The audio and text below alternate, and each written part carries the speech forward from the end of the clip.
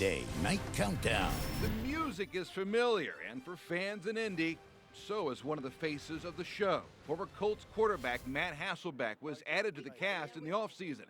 And the transition? Get rid of it. You're not using it that week. That's your only chance to beat Denver. Is about as smooth as it gets. I'm assuming now that you've been in TV a while, the secret's out. This really isn't that difficult. It's a little more difficult than I think players think. Yeah. Really? In what way? I just remember being a player and my teammates or even myself would get offended, be like, what did he just say? You know, and like get like mad at a guy. You know, you get mad at somebody for saying something about you or your team or something. Right. And I know now from, I get like 20 seconds to say something.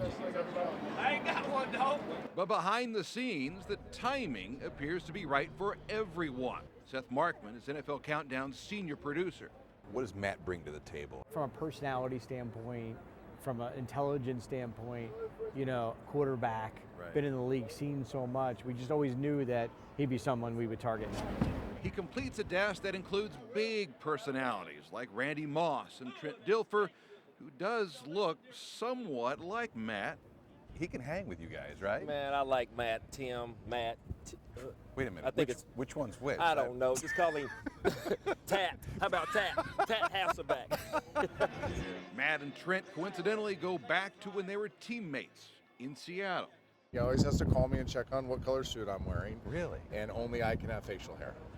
Because if we didn't have that agreement, this thing could go downhill really quick. The craziest thing for me right now is whenever Trent Dilfer says something that offends somebody, I get his hate mail on Twitter because like all bald white guys look the same to most of America. So I'm kind of like, man, you sucked in Baltimore. I'm like, first of all, watch your language. Secondly, I never played for Baltimore. That was Dilfer.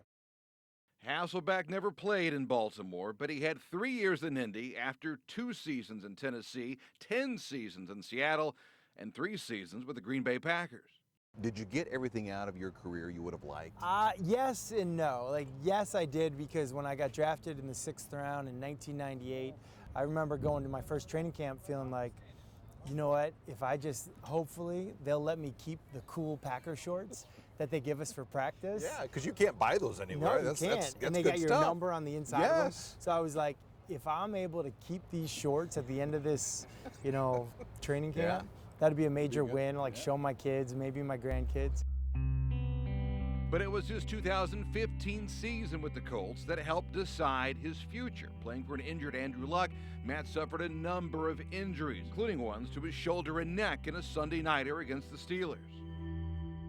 We saw a lot of you last year out on the field. Was not by design. You got banged up a lot out there. It's funny, I played 4 games and I was 100% healthy. I was training, I was still lifting weights, but then once I got hurt, and I hurt my ribs, and I hurt my jaw, and I hurt my neck. If that beating, let's call it, hadn't happened, would you still be playing? Yeah, I've thought about that a few times. Like if I had just done probably the smarter thing, got hurt early in that Pittsburgh Steelers game, had I just not played after that, I think things would be very, very different. It's possible, but I mean, that's Not likely. A year later, the lessons remain vivid, and he uses them on a whole new stage.